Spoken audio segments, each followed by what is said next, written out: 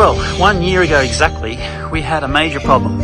There were a row of trees, 12 pine trees that existed at the back here, shading this tennis court to the point where it became unplayable due to roots coming up from underneath, but also we had moss growing on here, the remnants of which are still here, and this incredibly thick sludgy algae which we couldn't kill, which was an impossible thing because there was simply not enough sunlight getting to the tennis court. We took them down 1 year ago to the day, felled all the trees, but kept all the logs as long as we could and turned them into boards. We've stored a lot of these boards here, which are awaiting their time for use, which coming up we're going to use them for lots of different projects. But now we're at the point where we can put in a polytunnel, and this has been the main goal all along, except now that the trees had been taken down, we were suddenly made aware of this quite a large section of land which we hadn't really used much, and so we had a bit of a side project to the polytunnel in the form of the olive and citrus grove which we've now constructed. And in that process we realised that actually we need to enjoy what we have here in a better way, which is a bit more sheltered from the weather and particularly the northern sun. And so we built this pergola so that in summertime we could come down here and enjoy maybe a pizza oven or something like that, barbecue, or just drink cheese and nibbles with a drink in summertime and watch the citrus and olives grow. But that meant that what we had here was a very sloping land. It's basically the bulldozers pushed the clay from the tennis court back in the 1960s, I think it was, down this way and pretty much just left it here. And so it was a massive process of transforming the weeds and the cacti and the other thing that were just growing here and getting rid of the logs, forming them into boards, which we've done here, and turning this whole place into something that we could then terrace and use properly. And the result after 1 year is this. We've managed to plant the citrus now. This was once, in fact, the first 2 or 3 months after we put the terraces in, it became a veggie patch and grew the most incredible veggies for almost 6 months before we finally have now planted the citrus in here. So, yeah, I think it's a great achievement, and it certainly has transformed the entire back area. But the main reason for all of this, of course, was to get these trees down so that we could put the polytunnel into here. And that's what's coming next.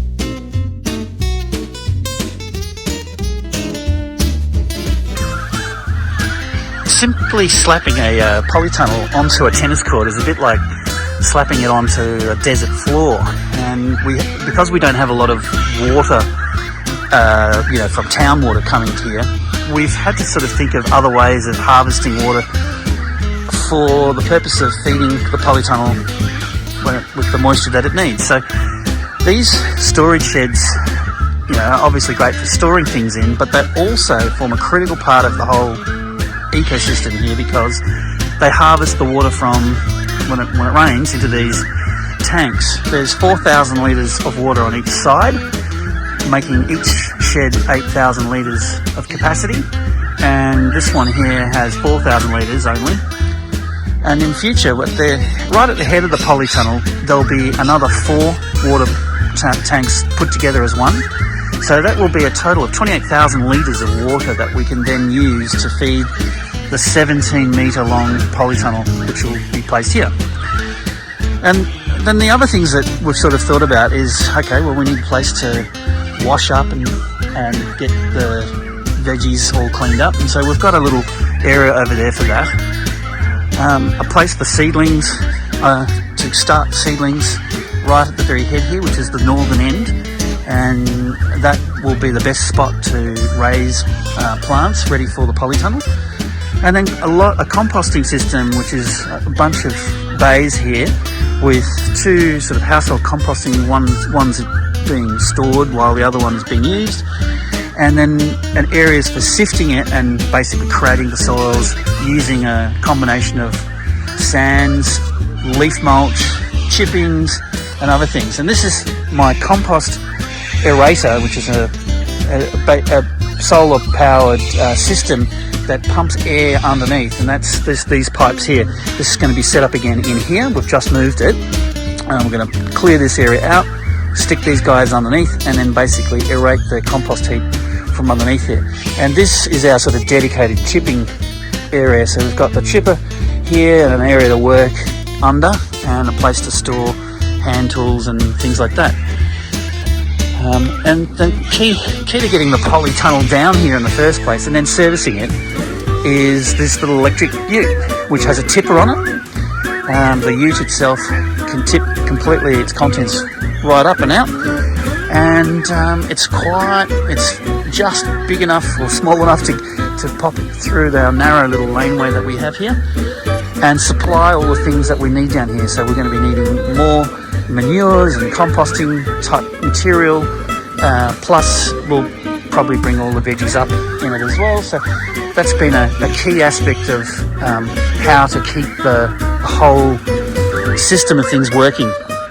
And then things like a motorised wheelbarrow, which can access areas that the ute can't and carry very heavy loads. It's 4-wheel drive, so it can get into narrow pathways such as this one here, where we can take things through to the citrus grove, for instance, and areas like that. So we've been constructing this using that 4-drive wheelbarrow by bringing down crushed rock on the ground here, the rocks to build these walls, and the soils needed to create all the terraces here, as well as bring up the timbers that we felled from the site to form these terrace walls. They're all radiator pine slabs that were slabbed in the forest just down there, and they made their way mostly up this way. Some made it from the front, and and this is what we've created from them. So that all this infrastructure is really to service and keep the property going. So overall, I think I'm pretty happy with the kinds of things we've invested into. We're just waiting now for this polytunnel to arrive, which has been ordered and is on its way. So we're expecting it to be here probably in the next couple of weeks. And in doing that, we'll have probably another couple of weeks of setup to set it up all the way along through here. And then the big job of bringing down lots of material to fill the raised garden beds that will exist inside it will begin. Until then.